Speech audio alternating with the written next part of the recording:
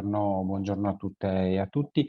Anch'io cercherò di usare al meglio i 20 minuti che mi sono stati dati in realtà per provare a raccontarvi quella che dal mio punto di vista è una delle manifestazioni che recentemente ha assunto il lungo storico dibattito del rapporto tra azione economica ed azione sociale. Condivido lo schermo, ecco qui, perfetto, dovreste visualizzare. Sì, Ehm, confermo. benissimo, allora. Benissimo.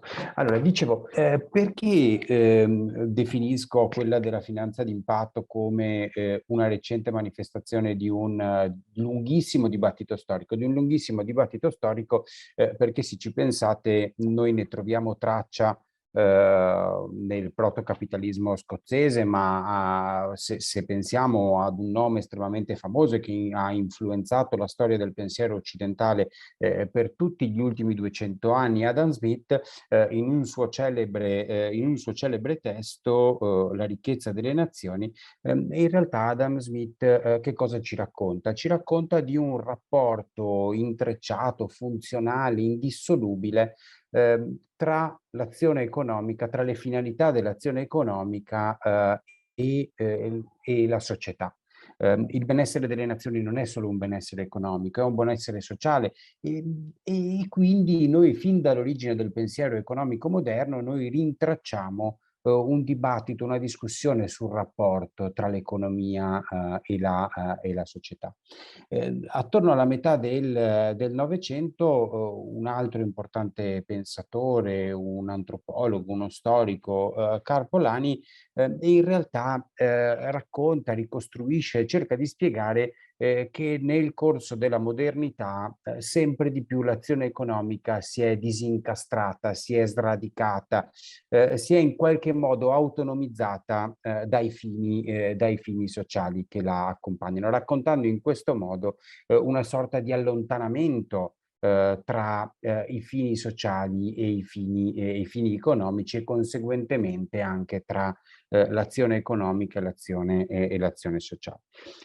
Secondo alcuni studiosi, però, negli ultimi decenni noi stiamo assistendo ad una nuova fase di convergenza, nuova fase di incontro, di reincorporazione, reincastramento dell'azione economica all'interno della società. E questo avviene in un contesto di profonda trasformazione, una profonda trasformazione in termini di paradigmi economici. Se voi ci pensate nell'arco degli ultimi 20 anni, forse anche meno, sono stati coniati, sono stati coniati dei termini, sono stati raccontati dei nuovi paradigmi economici che hanno a che fare con la circular economy, con la sharing economy, con la pooling economy, la green economy, la knowledge economy, e potrei continuare ancora a lungo, ma che in qualche modo vanno a identificare dei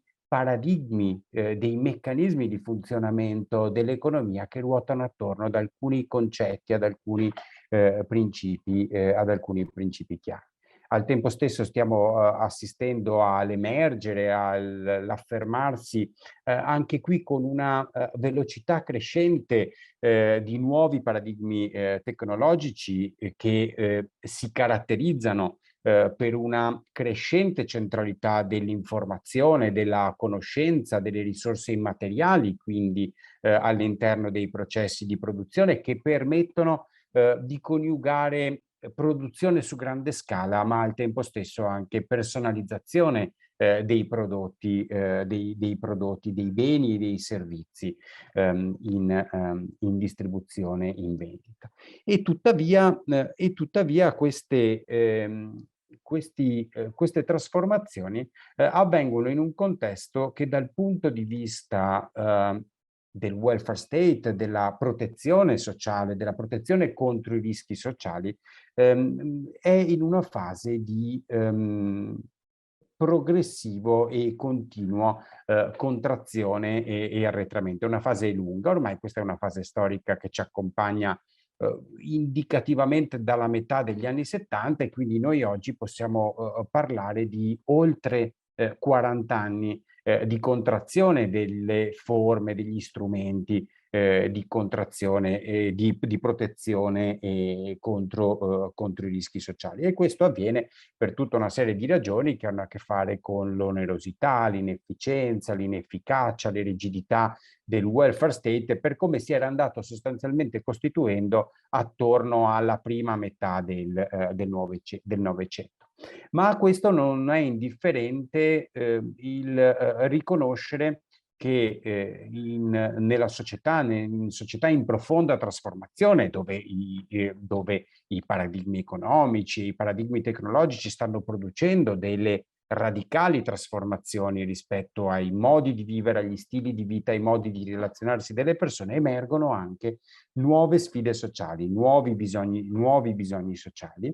E qui il tema dell'innovazione sociale, che Giulio Mattiazzi e poi Paolo Gubita prima di me hanno in qualche modo, a cui in qualche modo hanno fatto cenno, ma queste nuove sfide sociali, dobbiamo ricordarcelo, ci troviamo a doverle fronteggiare in una fase, da un lato, di profonda trasformazione, quindi le regole del gioco cambiano velocemente, cambiano continuamente, ma cambiano anche gli attori. Quando Paolo Gubita poco fa vi parlava di società benefit e di benefit corporation, non solo sono nuove forme giuridiche o nuovi sistemi di certificazione, sono nuovi attori, nuove filosofie di azione, nuovi ethos dell'azione economica. Quindi il mondo cambia velocemente. Dall'altra parte, i tradizionali modi con cui noi ci eravamo allenati, abituati, avevamo imparato a far fronte alle sfide sociali, e cioè il welfare state tipicamente novecentesco, in realtà sono progressivamente venuti meno.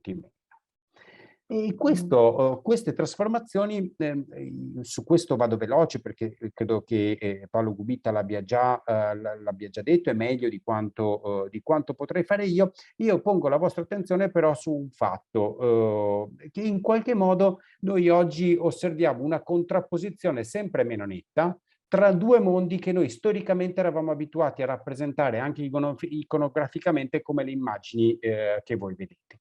C'è da un lato una finanza spregiudicata, gozzovigliante, bella, tirata a lucido, con stili di vita e risorse economiche e grandi risorse economiche. Dall'altra parte invece il fine sociale, la filantropia, il bene pubblico, non necessariamente bello, non necessariamente tirato a lucido, anzi spesso un po' scalcinato.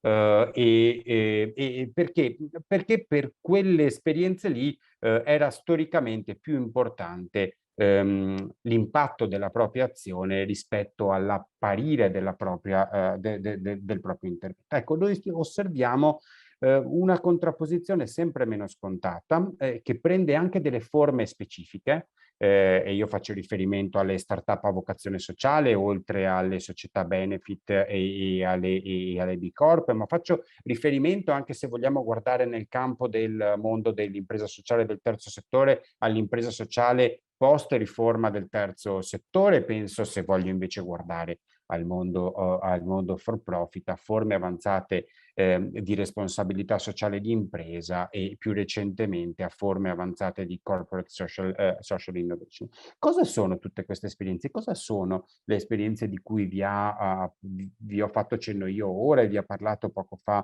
Paolo Gubito? Io credo che siano tutti segnali importanti, molto evidenti, di un tentativo di strutturazione di una nuova forma di impresa, e che, e questo lo trovo particolarmente interessante, emerge prima e al di fuori di ogni tentativo di normativa.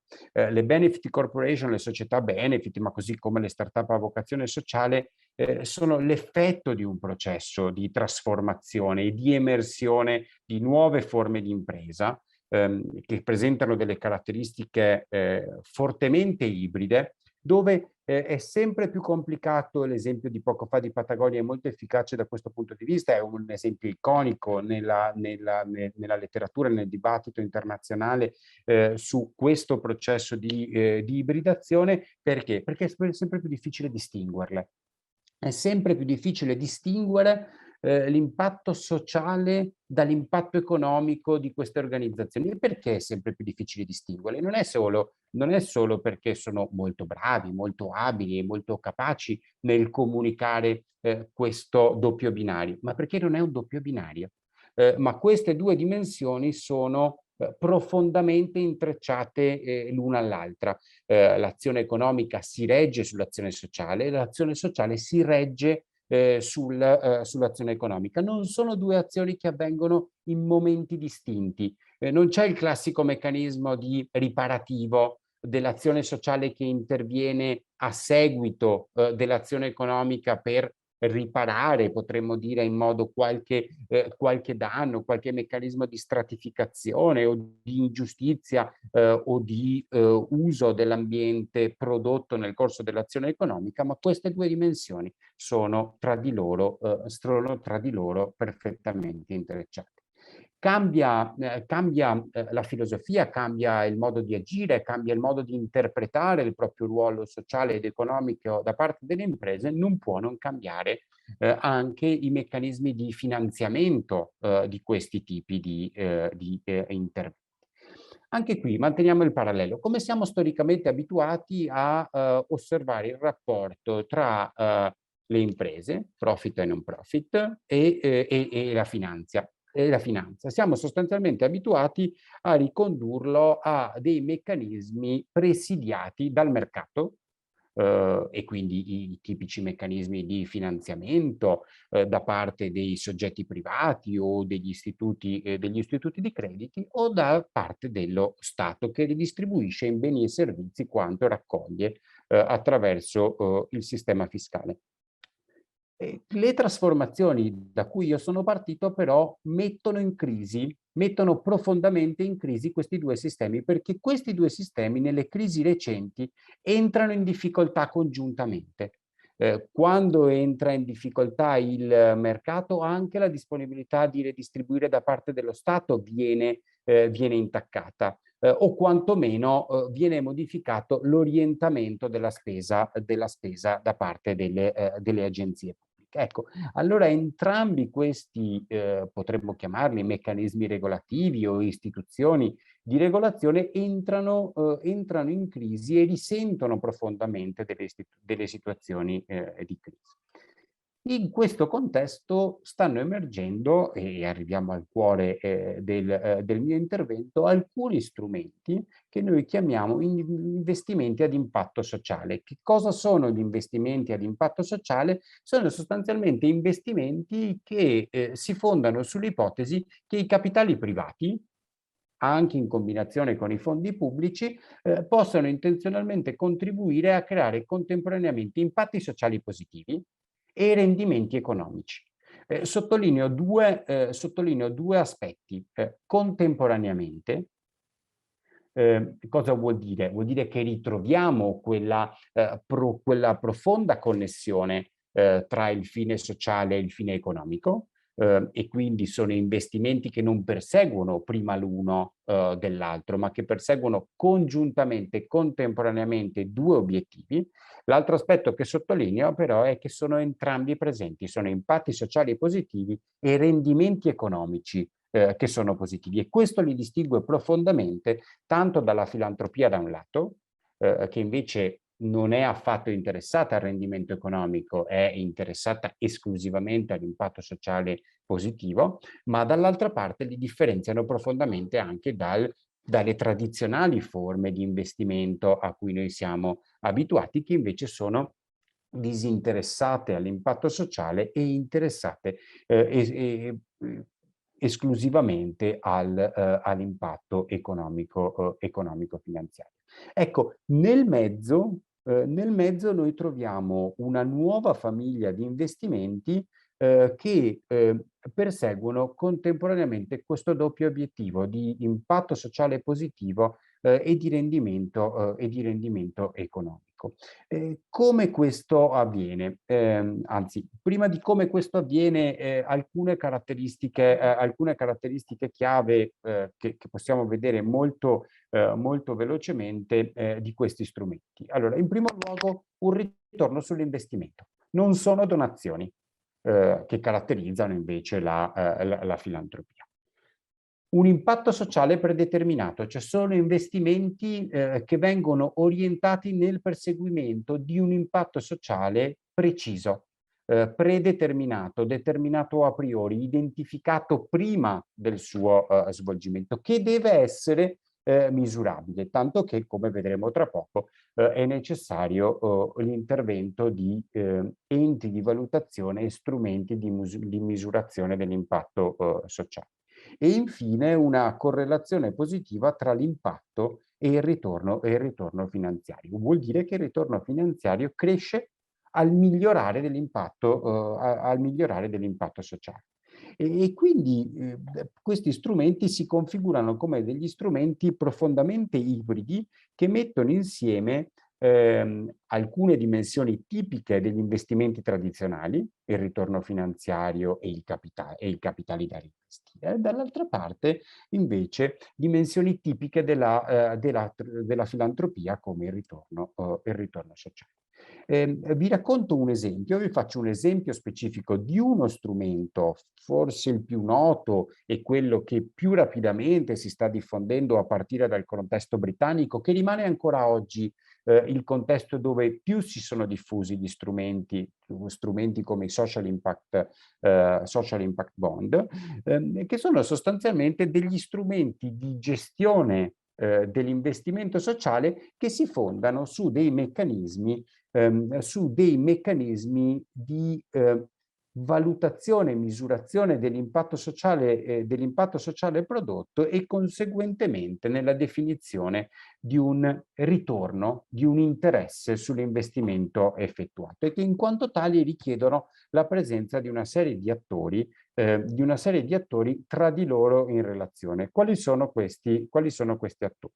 Gli investitori, che hanno la disponibilità ovviamente del capitale da mettere a disposizione, gli intermediari, questo è un ruolo fondamentale, perché il ruolo degli intermediari non è solo quello di orientare, accompagnare il flusso degli investimenti verso quelle organizzazioni che possono offrire servizi o beni ad impatto sociale, che non sono solo organizzazioni non profit o imprese sociali, ma possono essere anche B Corp, società benefit, società profit. Dicevo, importante il ruolo degli intermediari perché non si esaurisce nell'accompagnare il flusso di risorse dagli investitori alle società che offrono i servizi, ma poi raccoglie anche gli interessi e li ritorna agli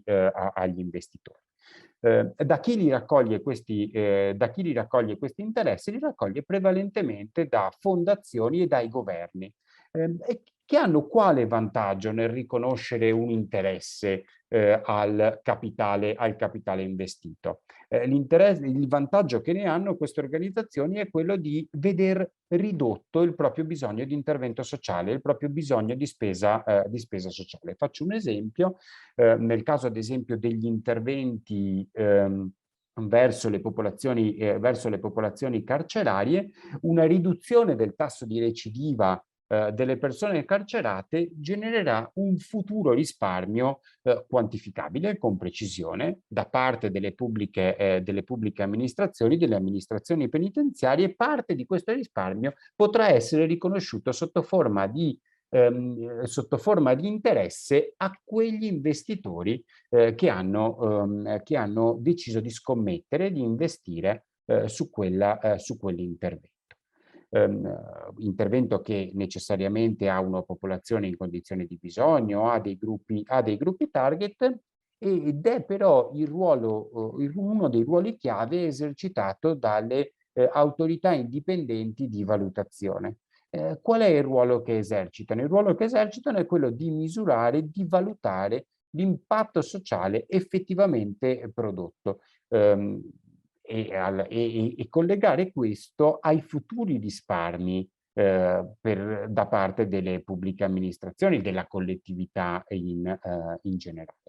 Ecco, allora noi vediamo che quella che si sta articolando è una rete piuttosto complessa di attori, ma che è regolata da dei meccanismi tutto sommato semplici, che in parte sono mutuati dai tradizionali sistemi finanziari, quindi gli venditori, gli investitori, gli intermediari, le società che gestiscono queste risorse. E dall'altra parte questi vengono ibridati, vengono mescolati con meccanismi invece tipici delle tradizionali politiche sociali, con popolazioni, con gruppi target, con un ruolo chiave da parte dei governi e delle fondazioni. In Italia da questo punto di vista stanno giocando un ruolo fondamentale anche nel diffondere una cultura orientata alla finanza d'impatto, le fondazioni di origine bancaria. E cos'è che tiene insieme? Cos'è che riesce a mettere insieme questi due modi sostanzialmente differenti di intendere i meccanismi di intervento? Da un lato gli intermediari, che sono intermediari specializzati sulla finanza d'impatto. Alcuni di questi sono anche emanazioni di storici intermediari del mondo finanziario, altri invece sono nati più recentemente e sono nati nella fase di emersione di questo fenomeno, quindi da un lato gli intermediari, ma dall'altro ruolo importante, fondamentale, giocato dai valutatori indipendenti che hanno come compito sostanzialmente quello di validare e valutare le azioni e gli interventi sociali. Quello che noi stiamo osservando è un trend in grande crescita, anche rimanendo solo sui social impact bond, noi vediamo un tasso di crescita estremamente significativo.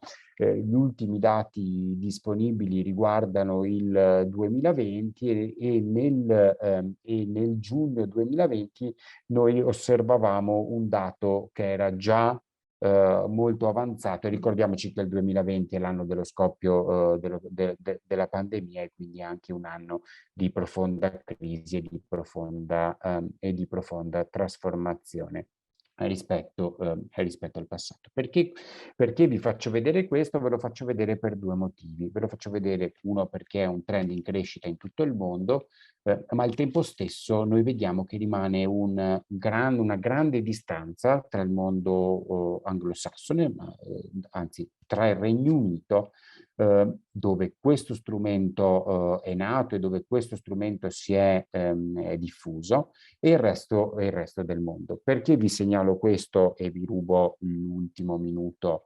Perché vi segnalo questo? Perché credo che questo ci aiuti a identificare alcune sfide necessarie che saremo in qualche modo obbligati ad affrontare se vogliamo che la finanza d'impatto possa diventare una strategia, non l'unica, ma una strategia che a fianco delle altre, quindi a fianco ai tradizionali meccanismi di welfare, possa supportare questo complesso processo di transizione. La prima è una sfida, io credo sia una sfida di tipo culturale. Quella della finanza d'impatto non è un'alternativa al welfare state tradizionale, ma è complementare rispetto al welfare state tradizionale. Se noi non siamo disposti ad accettare questa visione, rischieremmo di alimentare quel continuo conflitto tra quanti accusano la finanza d'impatto di essere un cavallo di Troia per smantellare il welfare state e quanti invece accusano il welfare state di essere ormai un vecchio carrozzone che va smantellato. Ecco, la prima questione, che dal mio punto di vista è una questione culturale, ci richiede di riconoscere la complementarietà tra i meccanismi tradizionali e i nuovi meccanismi di finanza d'impatto. C'è poi un problema organizzativo per il contesto italiano. È vero che gli intermediari sono in crescita, è vero che i sistemi di gestione sono sempre più affinati, ma in Italia sono presenti ancora pochi intermediari, anche se alcune ricerche condotte recentemente nella provincia autonoma di Trento e in alcune zone del Piemonte, ci raccontano di una popolazione, quella italiana, che vedrebbe che sarebbe molto interessata e molto disponibile a prendere in considerazione gli strumenti della finanza, gli strumenti tipici della finanza d'impatto, in particolar modo i social impact bond. C'è poi un problema, se volete, quello più tecnico, che è un problema di rating, è un rapporto tra enti di valutazione, risultati e rendimento degli investimenti. Sarà necessario da questo punto di vista arrivare a delle mediazioni tra scuole, principi, approcci alla valutazione e meccanismi, di esercizio. E infine in termini di provider, dove nel contesto italiano continuiamo ad assistere a una forte polarizzazione tra le organizzazioni prioritariamente orientate all'impatto sociale e quelle prioritariamente orientate all'impatto economico. Ecco, sarà necessario sempre di più sostenere e accompagnare il rafforzamento di organizzazioni che invece sappiano tenere insieme queste due dimensioni, le sappiano coniugare, le sappiano perseguire congiuntamente.